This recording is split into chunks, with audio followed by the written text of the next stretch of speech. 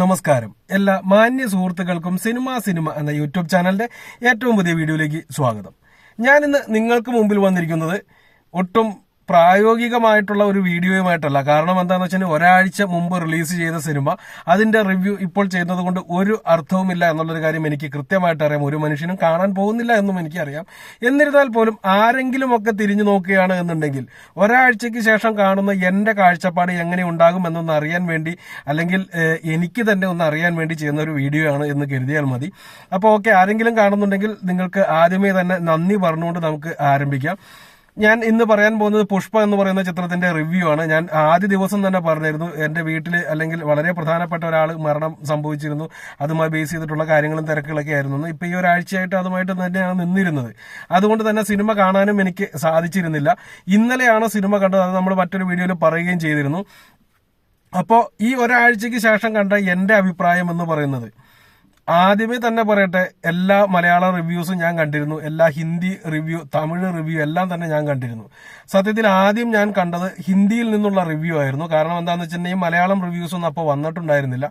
ഗംഭീരമായിട്ടുള്ള positive response ആണ് ഹിന്ദി റിവ്യൂവിന്റെ ഭാഗത്തു നിന്ന് വന്നിരുന്നത്.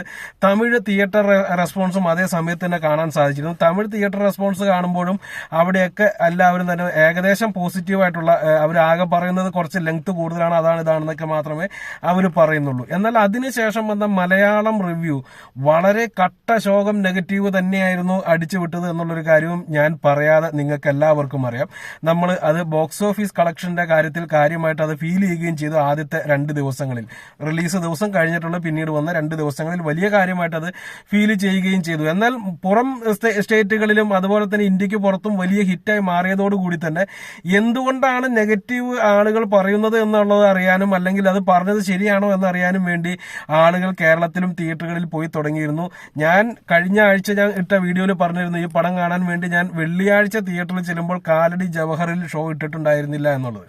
എന്നാൽ ഇന്നലെ ഞാൻ മറ്റൊരു ST സിനിമാസിൽ പോയി കാണുന്ന സമയത്ത് ഓൾമോസ്റ്റ് അത്യാവശ്യം നല്ല രീതിയിൽ തന്നെ ഒരു 40% ആളുകൾ ആ സിനിമ കാണാൻ ഉണ്ടായിരുന്നു എന്നുള്ളത് എടുത്തു പറയേണ്ട കാര്യമാണ്. അത് രാത്രിയിലത്തെ ഷോയൊന്നല്ല, ഉച്ചയ്ക്കലത്തെ 3 മണിക്കുലത്തെ ഷോ കാണുമ്പോഴാണ് അത്രയും ആളുകൾ ഉണ്ടായിരുന്നത്. അതേ 3 മണിക്കുലത്തെ ഷോ കാണാൻ പോയപ്പോഴാണ് അവിടെ ആള് തികഞ്ഞില്ല എന്ന് പറഞ്ഞുകൊണ്ട് ഷോ ഇല്ലാതിരുന്നത്. എന്ത് തന്നെയാലും എനിക്ക് ഈ പടത്തിന്റെ ഒറ്റ വരിയിൽ റിപ്പോർട്ട് പറയുകയാണ് എന്നുണ്ടെങ്കിൽ, ഇതൊരു പക്ക തെലുങ്ക് സിനിമയായിട്ട് തന്നെയാണ് എനിക്ക് തോന്നിയത്. അതായത് സാധാരണ കാണുന്ന ഒരു നോർമൽ തെലുങ്ക് ആക്ഷൻ ചിത്രം. അതായത് ഞാൻ പറഞ്ഞതിന്റെ അർത്ഥം എന്താണെന്ന് സ്ഥിരമായിട്ട് തെലുങ്ക് സിനിമ കാണുന്നവർക്ക് അറിയാൻ സാധിക്കും. എനിക്ക് ഉറപ്പുണ്ട് അങ്ങനെയുള്ള ആളുകൾക്ക് ഈ സിനിമ എൻജോയ് ചെയ്യാൻ സാധിച്ചു എന്നുള്ളത്. ഞാനത് പറയാൻ കാരണം, എനിക്ക് അത്യാവശ്യം തരക്കേടില്ലാത്ത രീതിയിൽ കണ്ടിരിക്കാവുന്ന ഒരു സിനിമയായിട്ടാണ് ഫീൽ ചെയ്തത്. ഒന്നാമത് ഇത്രയധികം കട്ട നെഗറ്റീവ് കേട്ടത് കൊണ്ട് തന്നെ മനസ്സിൽ ഒന്നും തന്നെ ഇല്ലാതെയാണ് പോയത്. ഒരു പ്രതീക്ഷകളും ഇല്ലാതെയാണ് പടം കാണാൻ പോയത്. അതുകൊണ്ട് തന്നെ എന്തെങ്കിലും അലമ്പ് വന്നാൽ പോലും നമുക്കത് തള്ളിക്കളയാവുന്ന രീതിയിലേ ഉണ്ടായിരുന്നുള്ളൂ. എനിക്ക് ഈ സിനിമയിൽ ഏറ്റവും കൂടുതൽ ബുദ്ധിമുട്ടുണ്ടാക്കിയ ഒരു സംഭവം എന്ന് പറയുന്നത് മലയാളത്തിലുള്ള സംഭാഷണങ്ങളായിരുന്നു. കാരണം ഞാൻ ഒരു തെലുങ്ക് സിനിമകളോ അല്ലെങ്കിൽ മറ്റ് അന്യഭാഷ സിനിമകളോ ഇവിടെ ഡബ് ചെയ്ത് വരുമ്പോൾ മലയാളം ഞാൻ ഒരിക്കലും കാണാൻ ആഗ്രഹിക്കുന്നില്ല. കാരണം എന്താണെന്ന് വെച്ചാൽ പഞ്ച് ഡയലോഗുകളൊന്നും ഒരിക്കലും മലയാളത്തിൽ നമുക്ക് പഞ്ച് ഫീൽ ചെയ്യത്തില്ല. അത് ഉള്ള കാര്യമാണ്, ഏത് ഭാഷയിലുള്ള ഏത് സിനിമ എടുത്തു നോക്കിയാലും.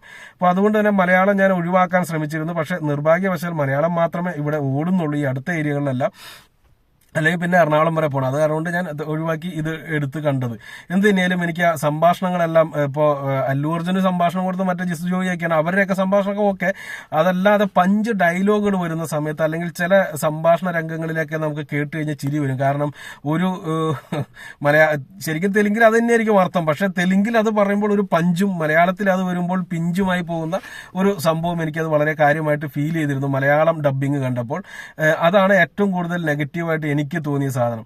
ബാക്കി പിന്നെ എല്ലാവരും പറഞ്ഞ ഒരു നെഗറ്റീവ് ഉണ്ട്, ഫസ്റ്റ് ഫൈറ്റ്. അത് കൃത്യമായിട്ട് നല്ല കത്തിയാണ്, ഒന്നും പറയാനില്ല. വളരെയധികം ബോർ ഫൈറ്റ് ആയിരുന്നു. ബോർ എന്ന് പറഞ്ഞിട്ടുണ്ടെങ്കിൽ അവരെ സംബന്ധിച്ച് അതുപോലെയുള്ള പറക്കലും ഇതൊക്കെ നമ്മൾ സ്ഥിരം കാണുന്നത് കൊണ്ട് കുഴപ്പമില്ല.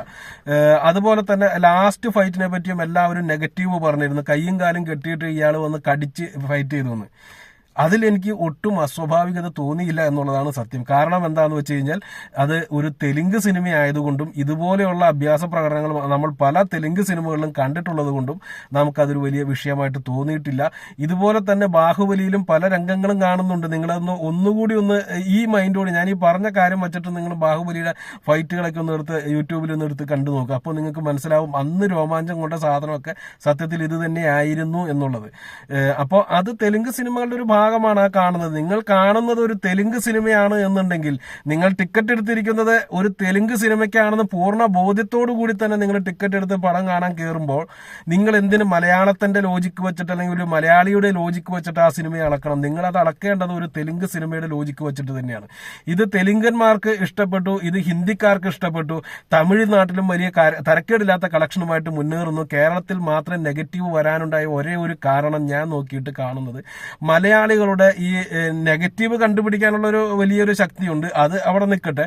പക്ഷെ ഈ മലയാളികളുടെ ഒരു കോമൺ സെൻസ് വെച്ചിട്ട് അല്ലെങ്കിൽ ഒരു മലയാളികളുടെ ചിന്താഗതി വെച്ചിട്ട് ഒരു തെലുങ്ക് സിനിമയെ, അതും അല്ലു അർജുന്റെ ഒരു സിനിമയെ വിലയിരുത്താൻ വരുമ്പോൾ ഉണ്ടാകുന്ന ഒരു പ്രശ്നം തന്നെയാണ്. അങ്ങനെ വിലയിരുത്തണമെന്നുണ്ടെങ്കിൽ നിങ്ങൾക്ക് ഒരു മലയാള സിനിമയെ വിലയിരുത്താം. ഈ കണ്ട ഫൈറ്റുകളെല്ലാം കൈയും കാലും കെട്ടിയിട്ടിട്ട് വന്ന് കടിക്കുന്നു എന്നൊക്കെ പറയുന്ന സാധനം അതൊരു മലയാള സിനിമയിലാണ് എന്നുണ്ടെങ്കിൽ നിങ്ങൾക്ക് അതിനെ നെഗറ്റീവ് പറയാം. അതൊരു തെലുങ്ക് സിനിമയിലാവുമ്പോൾ തീർച്ചയായിട്ടും അതിന് നെഗറ്റീവ് പറയാൻ സാധിക്കത്തില്ല. അങ്ങനെയാണ് എന്നുണ്ടെങ്കിൽ രജനികാന്ത് 50 പേരെ അടിക്കുമ്പോഴും വിജയ് 100 പേരെ അടിക്കുമ്പോഴൊക്കെ ഇവിടെ ആൾക്കാർ കൈതട്ടുന്നത് ഇതൊരു തമിഴ് സിനിമയാണെന്ന് അംഗീകരിച്ചിട്ട് തന്നെയാണ്. അല്ലാതെ രജനികാന്തിനെ പോലെ എണീക്കാൻ ജീവനില്ലാത്ത ആ ഒരു പ്രായമുള്ള ഒരു വ്യക്തി ഒരു ഒറ്റ ഇടിക്ക് 100 പേരെയൊക്കെ തെറിപ്പിക്കുമ്പോൾ ഹരം കൊണ്ട് തുള്ളുന്ന ആളുകൾ അത് ഒരിക്കലും യാഥാർത്ഥ്യത്തിൽ സംഭവിക്കുന്ന കാര്യമല്ല എന്ന് അറിഞ്ഞുകൊണ്ട് തന്നെയാണ് അത് ചെയ്യുന്നത്, പക്ഷെ കൈയടിക്കുന്നത്. പക്ഷെ അത് രജനീകാന്താണ് ചെയ്യുന്നത്. ഒരു തമിഴ് സിനിമയാണ്, ഇതൊക്കെയാണ് തമിഴ് സിനിമയിൽ സംഭവിക്കുന്നത് എന്നെല്ലാം ഉൾക്കൊണ്ടുകൊണ്ട് കാണുമ്പോൾ നമുക്കും അത് ഹരം കൊള്ളും.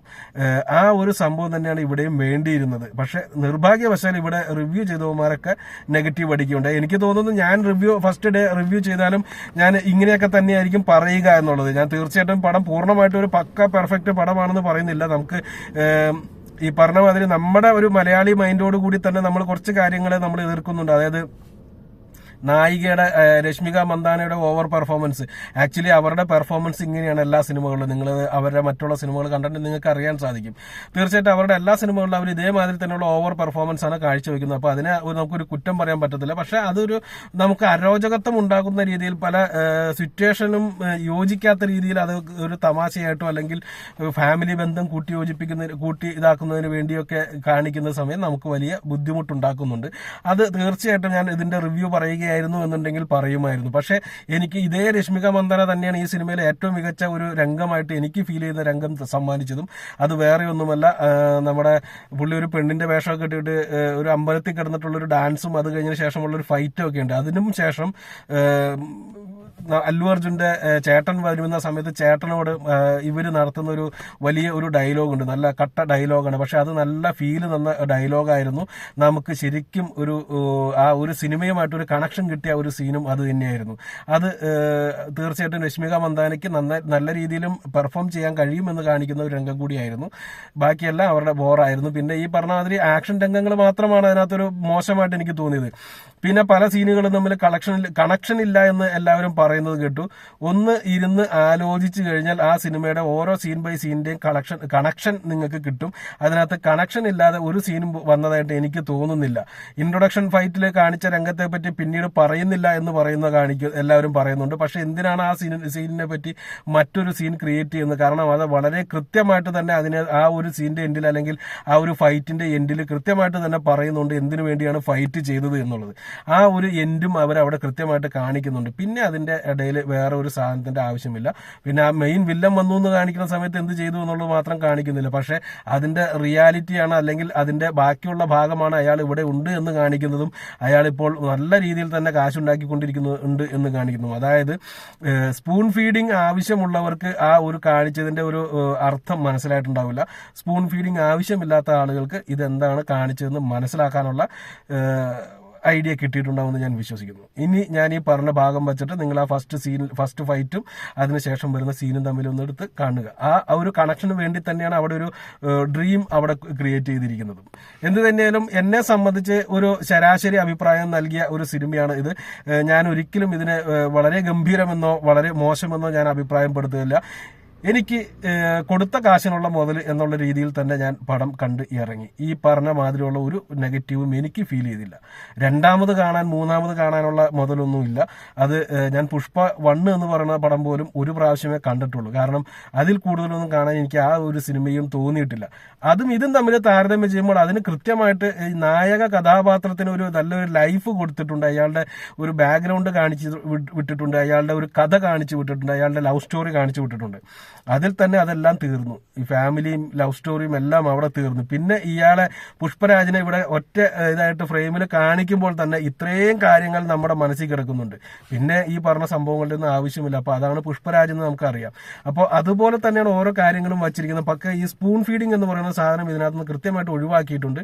അതായിരിക്കാം ഇവിടുത്തെ പലർക്കും ദഹിക്കാതെ പോയത് എന്നാണ് ഞാൻ വിശ്വസിക്കുന്നത്. എന്തിനേലും എന്നെ സംബന്ധിച്ച് ഈ ഒരു